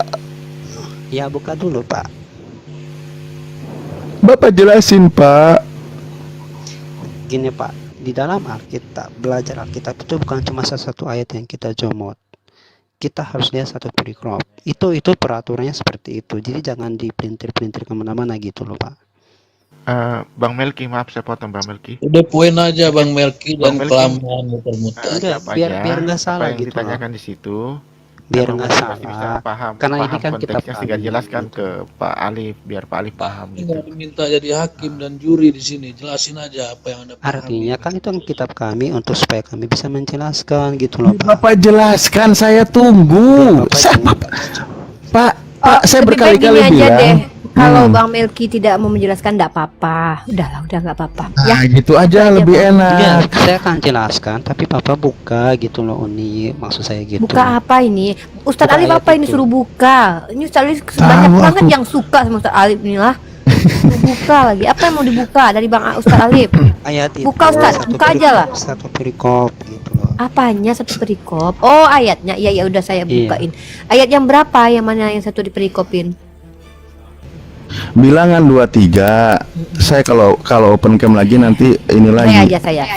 Bilangan 23. Ya, itu kan ayat 2 ayat 19. Masa mau baca dari nomor 4? Gak apa-apa. Baca. Loh, enggak apa-apa. Bapak sendiri yang nyuruh-nyuruh, enak saya yang capek, Ini Pak. perikopnya baru muncul di ayat keempat. Bileam memberkati Israel. Kemudian perikop selanjutnya tidak ada. Jadi cuma satu itu perikopnya. Silahkan dijelaskan perikop itu. Nggak dibaca ya? Nah, Udah saya baca perikopnya. nah, Nyuruh sih. begini Pak, begini Pak. Oke, begini Pak, Bapak nggak usah ketawa Pak. Begini Pak, kalau Bapak mau ambil ayat itu Allah itu menyatakan dirinya karena dia kan tidak berdusta. Dia bukan seperti manusia yang berdusta. Sekarang kalau Bapak mengatakan bahwa Allah Israel ataupun kepada Yesus itu berdusta, nah itu salah lagi gitu loh Pak. Jangan di kemana-manain gitu ayat-ayat itu. Terus ayat Bapak mau ambil dengan ayat-ayat tadi di Yohanes berapa tadi ayat Bapak ambil itu juga bukan nggak masuk di situ loh Pak. Itu tadi kawan Anda loh yang mengatakan Yesus itu adalah Allah. Saya simak loh gitu Pak. loh. Iya, saya Iya. simak tadi. Pak. Jadi gini, terus Pak, gini, saya nggak melintir loh Pak. Kenapa sih aku disalahin terus sih Pak? bagi saya, Iya loh, bagi Pak. saya ya ini yang kami imani loh, Apa Pak. salah dan dosaku, Pak? Jadi di situ Bapak menyalahkan menafsirkan Ya udah kita skip aja, kita yang lain. Bang Melki diam dulu aja Iya. gantian, yang itu kasihan. Mbak, oke. Gara-gara Mimi Peri, Dedemit dibully. Terima kasih ya sebelumnya sudah kasih saya kesempatan untuk bicara di Sama-sama. apa, Selamat datang di room Uniriva. Ya. Room yang berharapnya Iya. adalah room edukasi Iya. ya. Saling toleransi dengan perbedaan. banyak sekali dari tadi jam 11 sih saya udah nunggu Aduh, dikasih kesempatan bicara pada akhirnya. Makasih ya sebelumnya.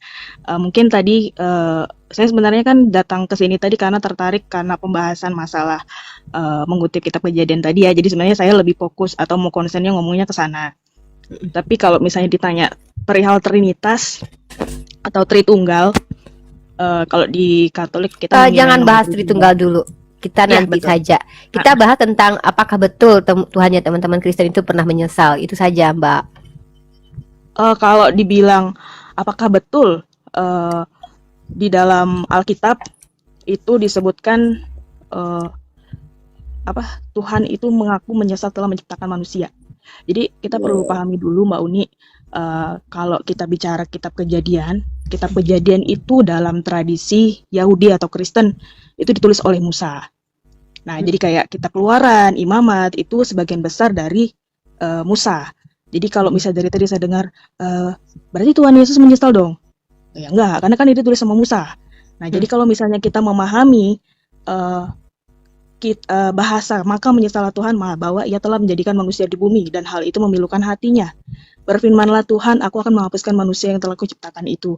Nah, ini kita harus, kalau di dalam Katolik itu kita pendekatan kitab suci itu, kita pakai gaya bahasa. Nah, gaya bahasanya kan macam-macam. Kalau misalnya kita dulu waktu sekolah pernah belajar linguistik ya, kitab suci ini kan bahasanya lebih ke metafora, banyak hiperbolisme.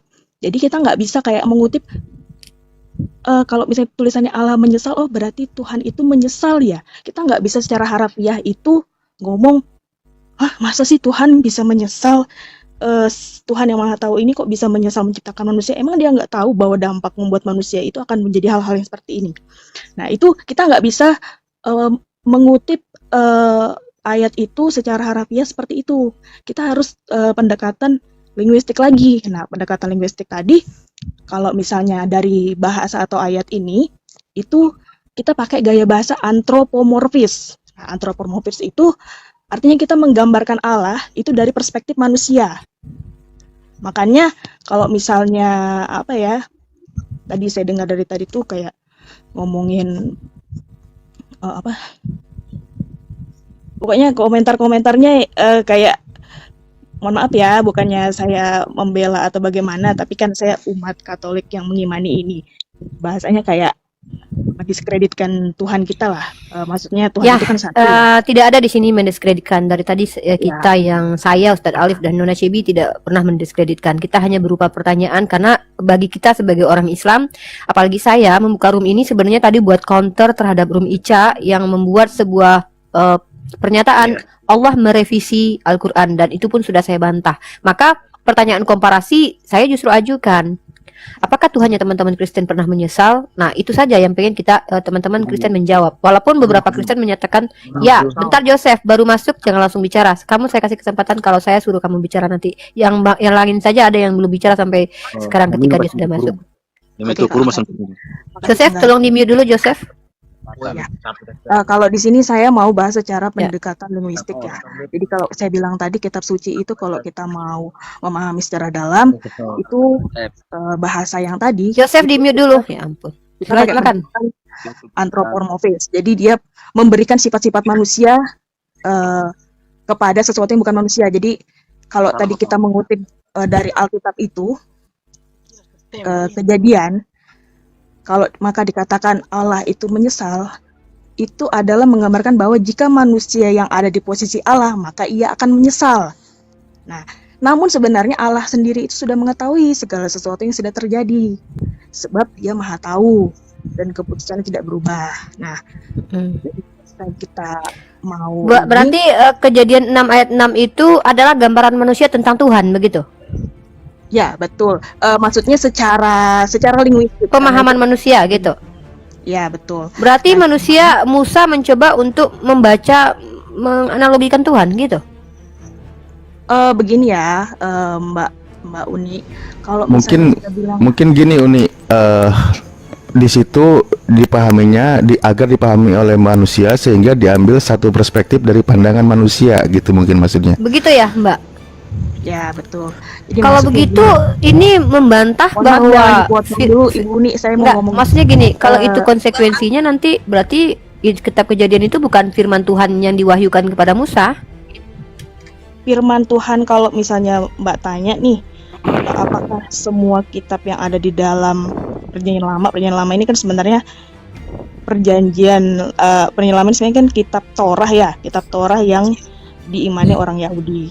Nah, jadi sebenarnya kalau misalnya kita mau bilang itu bukan firman Tuhan ya, kalau misalnya itu dianalogikan oleh manusia seperti itu sampai Musa bisa menganalogikan Tuhan itu berkata seperti itu, berarti itu bukan firman Tuhan dong.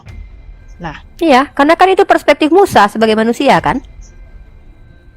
Kalau kita pendekatan linguistik, kita memahami Mbak, masalahnya Mbak kan tidak membaca Alkitab ini berdasarkan iman. Kalau berdasarkan iman, kita paham nih, oh maksudnya adalah tentang Allah yang menyesal, yang kemungkinan dirasakan oleh Allah jika ditinjau dari sudut kemungkinan.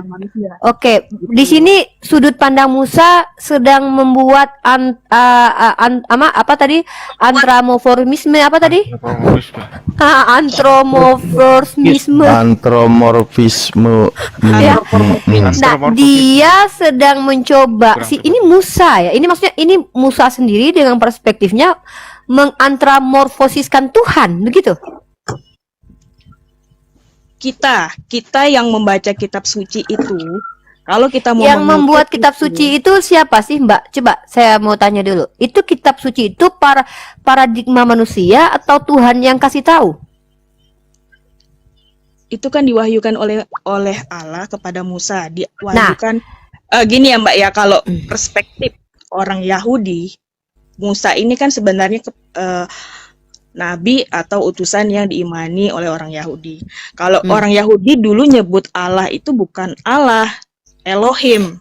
Nah, ya memang tidak ada kata Allah. Kita sepakat itu. Kita tidak bahas itu. Kita bahas Anda tadi. Ini sorry. Ini menarik. Ini menarik sekali. Kenapa saya bilang menarik? Anda mengatakan bahwa ternyata ayat Tuhan menyesal itu adalah antropomorfosis ya. Sorry kalau saya salah.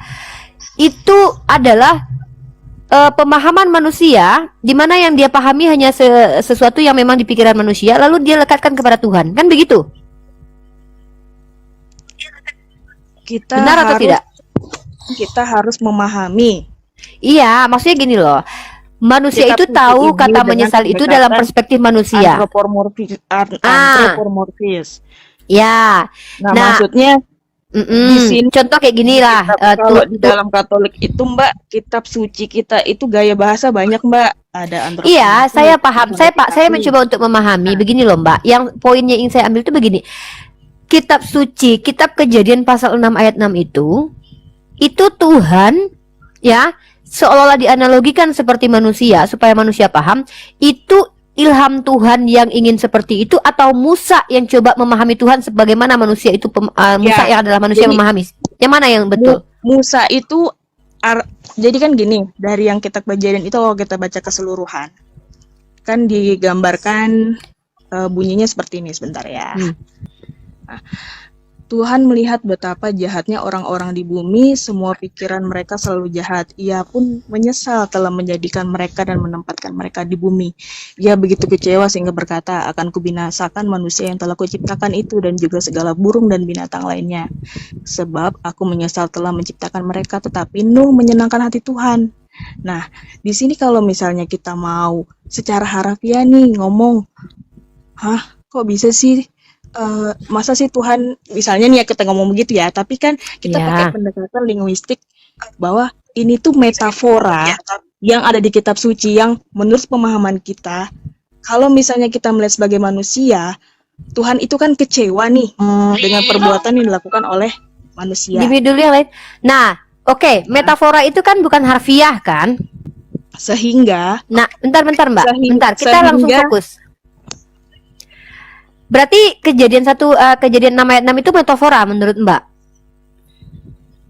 Mbak, di dalam kitab suci itu kita nggak bisa lepas dari metafora. Kita fokus di kejadian 6 ayat 6. Kita nggak usah bahas yang lain. Kita bahas kejadian 6 ayat 6 aja Mbak, karena itu yang menjadi permasalahan dan menjadi polemik. Menurut Mbak itu kejadian 6 ayat 6 itu metafora, makna harfiah atau alegori atau sama aja dengan metafora? Yang mana coba yang bisa kita pahami? Saya bacakan teman-teman yang belum tahu makna dari antromorfisme ini adalah antropomorfisme adalah pemberian atribusi, karakteristik, perasaan atau tujuan yang dimiliki manusia ya kepada entitas yang bukan manusia. Contoh, fabel itu juga bisa dikatakan antropomorfiskan makhluk lain selain manusia. Contoh dikatakan dia bergandengan tangan atau dia seperti itulah kurang lebih. Kalau ke entitas kepada Tuhan ya, Mbak ini mencoba menjelaskan bahwa ternyata kejadian 6 ayat 6 itu bukan makna harfiah, tetapi penulis kitab bukan maksud saya gini, mohon maaf ya saya potong ya. Nah, makanya saya mau kita itu saja poinnya di situ aja. Mohon maaf, maksud saya begini. Di dalam ayat itu memang tertulis seperti itu. Nah, kalau kita kayak memaknai secara harfiah, ya tadi saya bilang, kita pasti akan kebingungan. Ya, makanya Anda jelaskan saja bahwa itu bukan harfiah gitu. Menyesal gitu. Nah, tapi kita sebagai orang yang berakal, yang saat ini diberkati dengan kayak Mbak Uni, saya pikir saya nggak kaleng-kaleng lah kalau misalnya memahami sesuatu. Nah, betul. Kita sebagai manusia itu memaknai ini, kita harus pakai pendekatan linguistik lagi melalui baik, sepakat. Nah, sepakat. Jadi kalau maka kita sebagai manusia langsung saja straight to the point. Straight to the point bahwa kejadian 6 ayat 6 ini adalah adalah iya, Tuhan menyesal, ya Allah menyesal. Tapi kita tidak bisa bilang bahwa kok Allah menyesal ya sebagai maksudnya pendekatan kita nggak bisa secara harafiah kita ngomong kok tuh Allah menyesal ya, kita nggak bisa ngomong kayak gitu, kita harus pendekatan linguistik lagi gitu loh. Baik, maksudnya kalau misalnya jadi kita nggak bisa harfiah kan itu ya, berarti itu bukan makna sesungguhnya. Kita yang berakal ini kita yang berakal, mohon maaf ya, mungkin kita agak beda. Kalau Mbak kan mungkin ngomongnya secara logika nih, nah saya ngomongnya ini logika plus iman dan pendekatan saya sebagai orang Katolik. Baik, kita sudah clear di situ. Biar kita tidak muter-muter sayang. Kita tahu itu tidak bisa harfiah ya. Clear, pasti beda persepsi. Nggak apa-apa, saya tidak sedang menyamakan. Kalau misalnya Mbak mengimani, Mbak nggak akan ngomong kayak gitu. Saya itu tidak mengimani, makanya saya bertanya kepada Anda. Ini kan sudah sepakat kita bahwa itu tidak harfiah, oke? Clear kan? Benar? Clear ya? Nah, pertanyaan kemudian apa maknanya menurut Anda? Itu Itu yang dari tadi ditunggu-tunggu pertanyaan itu nih. Itu yang kita ingin tahu sebenarnya. Jadi kita nggak usah muter kemana-mana Maknanya gitu adalah loh. menggambarkan kalau misalnya manusia yang ada di posisi Allah maka ia akan menyesal. Ngerti enggak? Ya, kalau seandainya Tuhan itu adalah manusia, maka dia akan menyesal. Masalahnya Tuhan kan memang manusia dalam perspektif kalian. Hah? Manusia? Iya. Kalau dalam perspektifnya orang Katolik, kita mungkin jadi bahas Trinitas nih. Yesus itu kan putra Allah ya. Dia waktu dia turun ke bumi, itu dia menjalani dua kodrat, Mbak. Kodrat dia sebagai manusia sama kodrat dia sebagai Dia punya kodrat. Iya. Punya Kodrat itu takdir. sebagai Kodrat itu bahasa Arab, artinya adalah takdir. Berarti Tuhan Anda memiliki takdir. karena dia harus menyetarakan Iya. dia ketika dia di bumi dan dia berhadapan dengan manusia, dia harus menyetarakan posisi dia sama seperti manusia. Dua-duanya itu Allah Bapa dengan Yesus punya kodrat. Supaya dia bisa diterima, maksudnya bisa menyesuaikan dirinya dengan manusia. Jadi di dalam Katolik itu ada dua kodrat yang dijalani Tuhan Yesus. Kalau Bapak punya kodrat nggak? Bapak punya kodrat? Bapak itu pribadi yang ada di dalam Yesus saat dia menjalani kodrat dia sebagai Tuhan. Nggak, maksudnya Bapak, kalau Yesus kan punya kodrat. Kalau Bapak punya kodrat nggak? Kalau Bapak, dia Allah yang ada di surga, yang mengutus salah satu anak manusia untuk memfirmankan dia gitu. Iya, kalau dalam Yesus kan punya pemahaman kami kodrat. sebagai orang Katolik Bapak punya kodrat nggak, Mbak? Itu aja sih. Bapak punya kodrat nggak? Bapak nggak ada kodrat. Bapak itu Bapak Yesus tidak punya kodrat, menjalankan Yesus punya kodrat. Mbak ngerti nggak sih kita nih ngomongnya gini. Jadi Trinitas ini kan Allah ya, Allah Bapa yang ada di surga, Tuhan Yesus dan Roh Kudus ya. Jadi kalau kita bicara Tritunggal Maha Kudus. Nah, jadi kalau misalnya Mbak tanya nih, jujur ya, kalau saya memahami Tritunggal itu bagian dari suatu yang ilahi yang mungkin secara pemahaman saya sebagai manusia dan Mbak sebagai manusia itu nggak akan masuk, Mbak.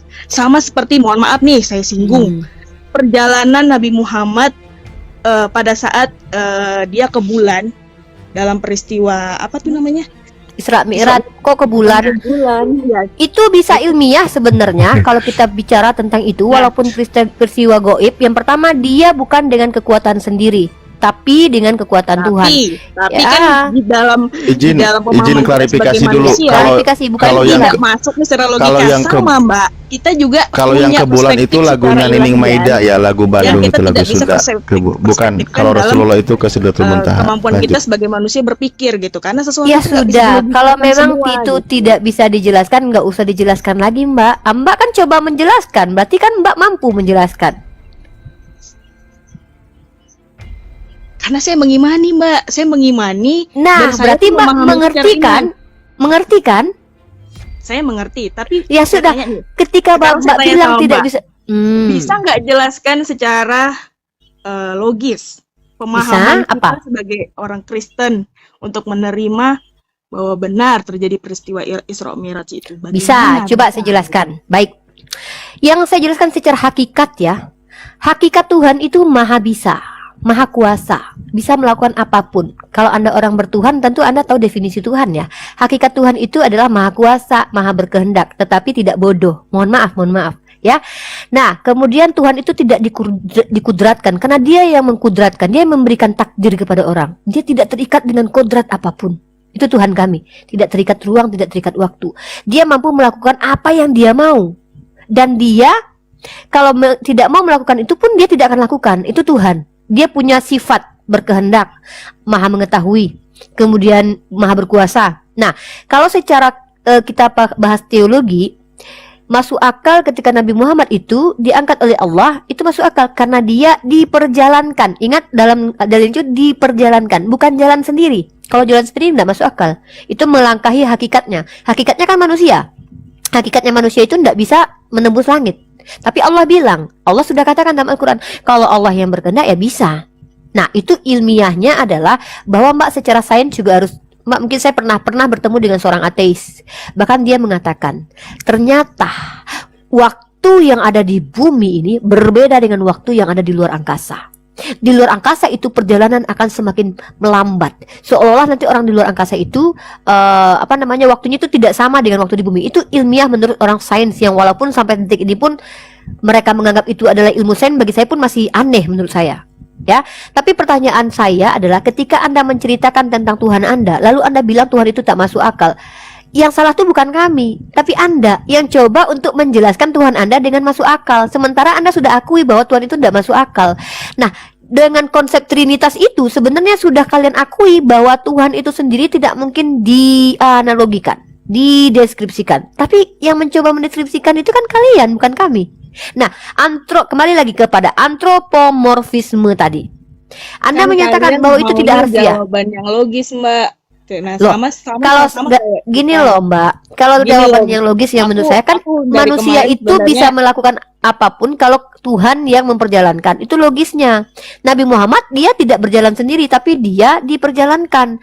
Pertanyaan saya adalah ketika Tuhan Anda menyesal, itu logisnya di mana gitu loh. Kan itu Anda bilang itu kan antropomorfisme, Mbak. Ya kan? Lalu saya jawab lagi bahwa ini harfiah tidak? Tidak. Berarti bagaimana cara memahaminya? Saya minta pemahaman Anda. Lalu Anda kan saya mengimani, Mbak kami mengimani. Ya jelaskan saja. Toh pun kami terima atau tidak kan bukan itu poinnya. Anda jelaskan saja. Nanti kalau kami ada pertanyaan kami tanya. Kalau Anda tidak mau menjawab juga tidak apa-apa. Jadi kan Anda naik ke sini kan untuk menjelaskan kan. Kalau Anda tahu ternyata itu tidak bisa dijelaskan, ngapain Anda naik ke atas gitu? Coba. Kalau misalnya bicara ngapain Anda ke atas kalau Anda tidak bisa menjelaskan? Nah, gitu. Saya sudah menjelaskan nih. Ya kan? Belum. Saya tadi Menjelaskan. bertanya kepada antropomorfisme Karena ini. dipotong terus, Mbak. Saya belum selesai ngomongnya udah dipotong. Ya, Anda Dari pergi tadi ke juga Trinitas. kayak Kita kan nggak nggak boleh bahas kayak Trinitas. Kan kita ngomongnya kan Yaudah, versi Mbak. saya kasih Anda waktu tapi jelaskan kejadian 6 ayat 6 ya, jangan kemana-mana ya. Karena saya juga harus kasih Udah orang saya lain bicara jelaskan juga. tadi. Udah saya jelaskan Jadi tadi. pemahamannya bagaimana itu? Saya bilang kan betul, secara Alkitab itu menuliskan bahwa Allah atau Tuhan itu menyesal telah menciptakan manusia, ya.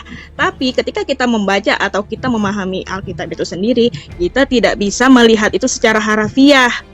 Kita harus melakukan itu atau memaknai itu dengan pendekatan linguistik. Karena apa? Memahami kitab suci itu, kita tidak bisa pakai perkata-kata menurut KBBI sekian bla bla bla bla, nggak bisa kayak gitu, Mbak. Terus apa yang Anda pahami? Kan kita dari tadi tuh minta loh pemahaman Anda tentang kejadian 66 itu apa Jadi gitu. intinya gini, menggambarkan. Kalau Mbak tanya apa sih maksudnya? Maksudnya itu menggambarkan bahwa jika manusia yang ada di posisi Allah, maka ia akan menyesal. Namun Nah. sebenarnya Allah itu sendiri sudah mengetahui segala sesuatu yang akan terjadi sebab ia adalah Maha Tahu. Dan keputusan tidak berubah. Artinya kan keputusan dia untuk menciptakan Keputusan manusia. dia tidak berubah ya. Keputusan dia untuk menciptakan manusia. Ketika itu dia tidak bilang berubah. bahwa Tuhan itu bukan manusia, kenapa Tidak dia merubah berubah, jadi pikirannya? artinya dia tidak menyesal, tidak maksudnya tidak dalam artian dia ngomong aku menyesal, maka dia akan membinasakan manusia misalnya seperti itu ya. Tapi kita tuh memahami ayat tadi seolah-olah nih ya Gini. secara harafiah. Kalau Silakan, misalnya Ustaz Mbak Alif. bilang Nanti Pak tukang daging. apa namanya? Itu kan secara sudut pandang Iya, yang Mbak pahami pandang itu manusia. apa gitu. Tadi Mbaknya udah bilang gini, itu menggambarkan seandainya manusia di posisi Tuhan maka dia akan menyesal, kan gitu, bener nggak tadi kalimatnya seperti itu? Benar. Ya kalau begitu nggak perlu dijelasin lagi, memang konteksnya Tuhan itu menyesal gitu loh. Nggak perlu panjang lebar kan konteksnya Ibu. Iya. manusia. Ujung-ujungnya ayat itu nggak perlu diutak-atik. Ya nggak usah diutak-atik, biarkan saja ayat itu. Umi Ripa, Mbak, Ibu, Ya grassroot ya. bisa saya jelasin sebelum Kenapa saya harus turun? dipermasalahkan? Loh, kita nggak ada yang mempermasalahkan kok. Kita kan nanya di sini Iya, gimana sih, memang Mbak? kan itu kan sesuatu yang tidak bisa kita ubah ya. Tapi kan saya di sini meluruskan.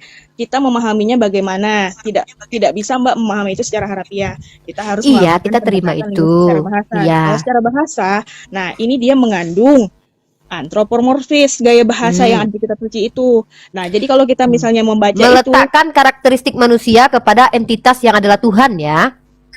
bukan kepada Tuhan, tapi apa yang ada di kitab suci itu, yang tertulis dalam kitab suci itu. Ya, Seperti tapi kan kita tentang memahami Tuhan. buku.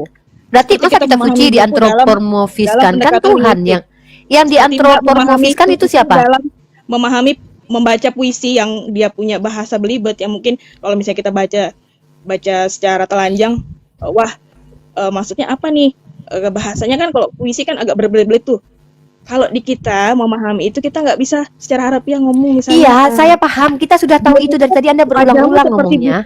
Bunga, misalnya kita bilang wajahmu seperti matahari. Ya, Erik Aldian mau siapa mau menjelaskan ini? Bentar, sabar. Sebelum saya turun. Oke lah, kita anggap saja kita paham ya. Anggap saja kita paham. Sabar dulu ya. Kita serahkan ke Gasrut dulu. Oke, teman-teman ya, anggap sajalah saya sudah paham dengan Ustaz Alip. Nanti Gasrut silakan bicara lagi. Mungkin ada yang mau ditanggapi lagi ya. Yang penting itu antropomorfis ya teman-teman, bukan harfiah. Udah clear sampai di situ ya. Ya, apapun yang dipahami saudara kita, biarkanlah menjadi pemahamannya sendiri ya. Karena kita tidak punya Roh Kudus, kita tidak mengimani, maka menurut mereka kita tidak paham ya. Ya, gitulah. Oke, Gasrut, silakan Gasrut. Terima kasih. Sebelum saya turun, saya jelasin. Turun Mbak tadi. Ya udah. Maaf ya sayang kalau ini tadi dianggap sebelum ini. saya turun maksudnya gini. Ya. Dalam kitab Perjanjian Baru, Perjanjian Lama, di kitab awal-awal Perjanjian Lama di Kejadian, di situ dijelaskan ada 6 hari lamanya Tuhan menciptakan langit dan bumi. Pada hari ke-6 itu Tuhan menciptakan ciptaan tertinggi, di mana ciptaan tertinggi itu adalah proporsi maksimal yang Tuhan ciptakan. Apa itu proporsi maksimal? Yaitu ciptaan yang dibuat berdasarkan gambar dan rupanya. Seperti itu. Itu adalah hari ke-6. Kemudian pada hari ke-7 kita lihat bahwa Tuhan melihat semua ciptaannya itu baik. Baik. Nah, sekarang kita narik garis lurus langsung ke Kejadian 6 ayat 6 yang disebutkan tadi. Kok bisa Tuhan menyesal? Kok bisa Tuhan sabar menyesal? Yang lain dulu, Romi sabar dulu. Lanjut. Kok bisa Tuhan menyesal padahal pada awal, bahkan di hari ke-7 Tuhan melihat bahwa segala sesuatunya itu baik. Nah, gini.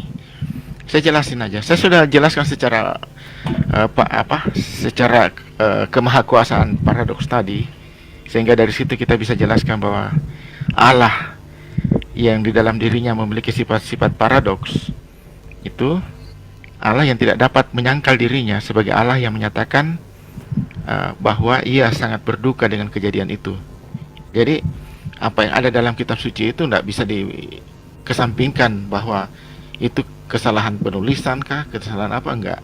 Segala sesuatu di dalam kitab suci saya terima sebagai kebenaran, dan apabila ada makna yang tidak bisa dijelaskan, itu harus kita melakukan pendekatan dengan cara yang sesuai dengan apa yang Alkitab jelaskan, dengan apa yang tradisi-tradisi lisan jelaskan, seperti itu. Baik, mengenai Allah menyesal, sudah saya jelaskan di awal bahwa ketika Tuhan menciptakan sesuatu pribadi menurut gambar dan rupanya, disitulah sebenarnya Tuhan melihat bahwa inilah kreasi tertinggi Tuhan. Namun ketika kreasi tertinggi Tuhan ini ternyata rusak, kok seperti ini jadinya ya? Nah, pertanyaan muncul, sifat paradoks lagi. Apakah Tuhan tidak tahu? Kan kembali pertanyaan terulang. Tuhan tidak tahu bahwa pada kenyataannya bahwa manusia akan jatuh ke dalam dosa. Nah, pertanyaan itu akan muncul. Ini disebut. Nah, tapi kalau dikatakan Tuhan sudah tahu, tapi Tuhan tetap menciptakan. Artinya, mengapa Tuhan tetap ciptakan? Nah, jadi saya sudah jelasin bahwa mau pandangan seperti apapun dan dengan cara apapun memandangnya, kitab Kejadian ayat 6 pasal tentang Tuhan menyesal, menurut pandangan, menurut pendapat saya, itu adalah sesuatu hal yang benar dan merupakan sifat dari karakter Tuhan itu sendiri, yaitu Tuhan yang Maha Pengasih, Tuhan yang adalah kasih, dan Tuhan juga adalah adil.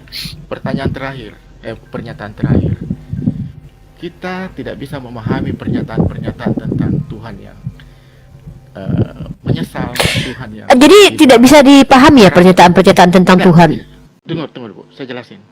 Kita tidak akan pernah bisa memahami Tuhan yang menyesal, Tuhan yang memiliki perasaan. Kenapa Tuhan berikan kepada kalian kalau ternyata kalian tidak bisa memahami itu? Apa kalian itu Tuhan sedang tidak memberikan tugas yang tidak mampu kalian emban gitu? Bukan, bukan. Ini pernyataan berbeda, Bu. Ibu menangkap berbeda. Kita tidak akan pernah bisa memahami hal itu apabila kita tidak pernah mengenal cara Tuhan bekerja. Itu maksudnya. Ketika kita sudah mengenal cara Tuhan bekerja, bagaimana Tuhan itu... Bagaimana cara mengenali cara Tuhan bekerja? Ya kita harus tahu Tuhan itu seperti apa. Dari mana Anda tahu Tuhan itu seperti apa? Ya itu mulai dari misteri iman tertinggi dalam kekristenan adalah Allah itu Tritunggal. Bagaimana mengetahui cara Tuhan bekerja? Anda bilang ya kita harus tahu Tuhan. Dari mana Anda tahu Tuhan itu kalau tanpa membaca kitab suci gitu? Sementara kitab suci sendiri tidak bisa dipahami gitu. Enggak, Ibu salah. Lah terus gimana? Salah saya di mana coba? Maksudnya kitab suci itu kan ada bukan karena Tuhan tiba-tiba menelurkan dari awan misalnya atau butiran-butiran butiran-butiran debu begitu tiba-tiba membentuk satu tulisan, kan tidak seperti itu konsepnya. Iya, Anda mengenal Tuhan dari mana? Dari tulisan-tulisan yang ada di kitab suci bukan? Begini Bu, kalau menurut Ibu, kira-kira Adam ketika itu sudah ada kitab suci nggak? Ya. Tiba Adam, wahai Adam. Kan Adam sih hidup setempat dengan Bapa, gimana sih? Setelah Adam kok apakah kitab suci sudah ada? Ya memang belum ada sih. Terus? Kan Bapak sering turun dalam kitab suci Anda. Logika sudah ditemukan. Iya kan Tuhan sering turun di kitab suci Anda. Logika sudah ditemukan. Gini Bu. Enggak, saya tuh bertanya tentang Anda gitu loh, orang Kristen. Saya tidak bicara tentang Tuhan. Karena Tuhan di dalam perjanjian lama itu bahkan dia pernah bertemu Yakub dan bergelut gitu. Bahkan dia bertemu Abraham makan daging lembu gitu. Menurut saya tuh teman-teman Kristen itu mengenal Tuhan tuh dari apa? Apa kalian setiap orang didatangi Yesus sehingga kalian mengenal Yesus? Begitu maksud saya. Pengenalan akan Tuhan Yesus akan Tuhan itu kan merupakan satu rangkaian panjang, Bu. Iya, satu rangkaian panjang berdasarkan apa? Lewat kitab suci atau penemuan langsung atau terilhami lewat mimpi atau bagaimana? Begini, dalam iman kami itu tidak ada istilah pengenalan dalam istilah. Suaranya makin kecil, Pak. Makin lama makin kecil, makin Ya udahlah, dia closing statement kok. Ya udahlah, silakan di closing aja. Kita dengan yang lain lagi ya. Pak tukang daging yang belum ngomong tadi. Silakan. Sabar Erik. Biar Bapak ini terakhir kok. Gras ini terakhir kok. Terakhirnya tapi lama banget. Iya, tapi lama banget terakhirnya Jadi kita akan mengenal segala sesuatu yang ada dalam kitab. Enggak terlalu ini, kita terlalu bias dengan penjelasan Anda, Pak. Straight to the point aja. Oke. Manusia Disimpulkan aja, yang ada Pak. hari ini adalah hasil ciptaan dari kreasi Tuhan. Tuhan tidak bisa menciptakan sesuatu yang tidak dimilikinya. Tuhan tidak bisa menciptakan sesuatu materi apabila dia tidak memiliki unsur materi. Itu unsurnya. Jadi keberadaan Tuhan yang sebagai materi itu di dalam pribadi Yesus Kristus sebagai unsur materi, maka di dalam dia segala sesuatu yang disebut materi itu diciptakan. Demikian. Terima kasih. Udah, terima kasih. Wah, kita tepuk saya tangan jadi dulu. teringat. Silakan Ingat istilah Cak Lon. Teringat Cak Lontong, kalau bisa dipersulit ngapain dipermudah. Silakan lanjut Iya. Bang Ahi Daging, tukang daging.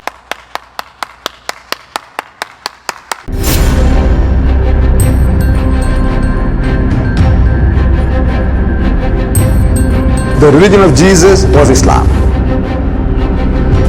Because with Allah, there is only one religion. He says, Inna dina indallahi al-Islam.